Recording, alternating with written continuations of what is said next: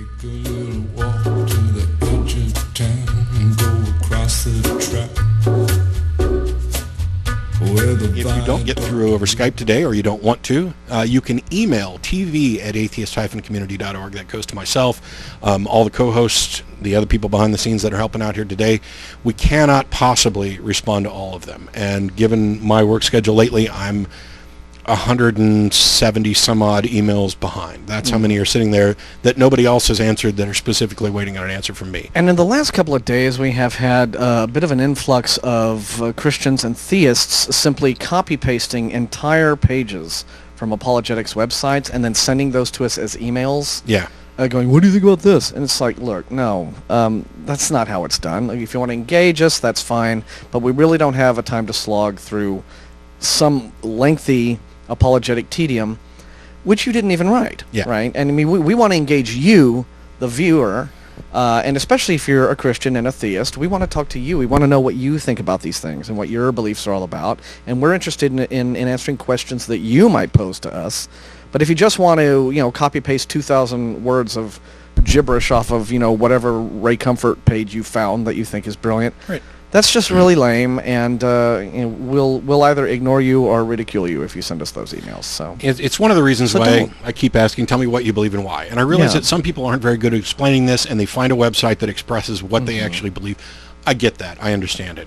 But at least, paraphrase it. First of all, I don't want to read a long cut and paste from a web page from some apologist. Second of all, I don't want to write a response to that on an individual basis. Person A sends me, Matt Slick's tag, for example, and I do a big long response to that person. Then the next person who tries to do that is either going to get a cut and paste of my response to the first one, which I think is way more than fair, or they're just not going to get a response. I tend to, if I identify that it's just cut and paste and it's a big long thing, I tend to just delete them. I'm more interested in what real people have to say.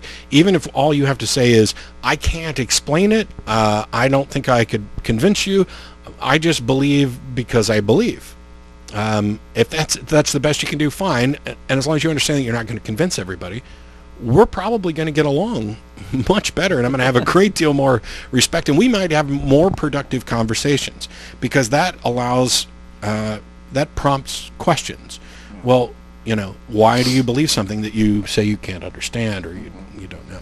And usually that is when they run into a lot of difficulty, because case in point, we just had a fellow send the email address, this lengthy cut and paste of the Callum cosmological argument, which I had just happened to have done a quick refutation of the last time I appeared on the program, and Russell and I discussed that on the show. And then this fella sends it again out of the blue and cluelessly. And but when we tried to back him down on, what is it that you believe? Why are you a Christian? Why do you think about all this stuff? Had nothing to do with the Callum cosmological argument. Right. He went on about the usual things of, how he thinks archaeological evidence that supposedly proves the Bible and fulfilled prophecies and stuff like that. And we're like, well, then why did you waste our time sending the other thing? Why did you waste your time? And then when we tried to back him down on, well, why do you believe those things now that you say you believe, the prophecy stuff, the archaeological evidence stuff, he wouldn't back any of that up. And so it's very, very difficult to engage somebody who, just sort of curls up into a little passive-aggressive ball the minute that you try to challenge them on whatever it is that they really believe, especially when they write us in the first place. It's like, look, you wrote us. We didn't come to you. Yeah. And I have extreme doubts. And no matter what somebody sends me, if they start with, tag or the Callum cosmological argument or any of those standard philosophical arguments for the existence of God, I'm not going to necessarily call them a liar, because it's possible that there's somebody out there who came to be convinced by that particular argument. I don't think that's the case normally.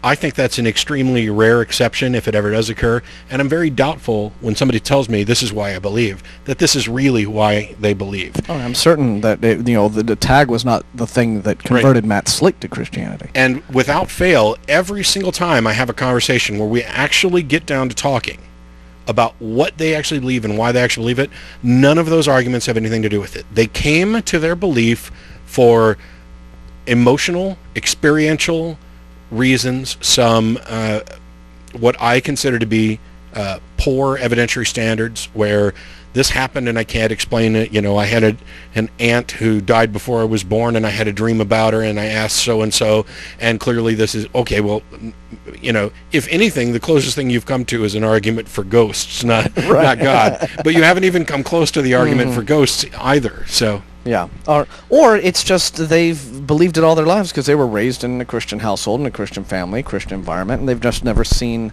fit to question that. Yeah, and I've had conversations with people of all types, people who were raised in a particular religious belief, and people who came to it later. I had an email from a guy who was raised an atheist by an atheist, and he told me a little bit about his life, and when it comes down to it, he had a couple of experiences that he couldn't come up with an explanation for, and this was sufficient for him to believe in a God. We'll walk to the edge of town and go across the track where the viaduct looms.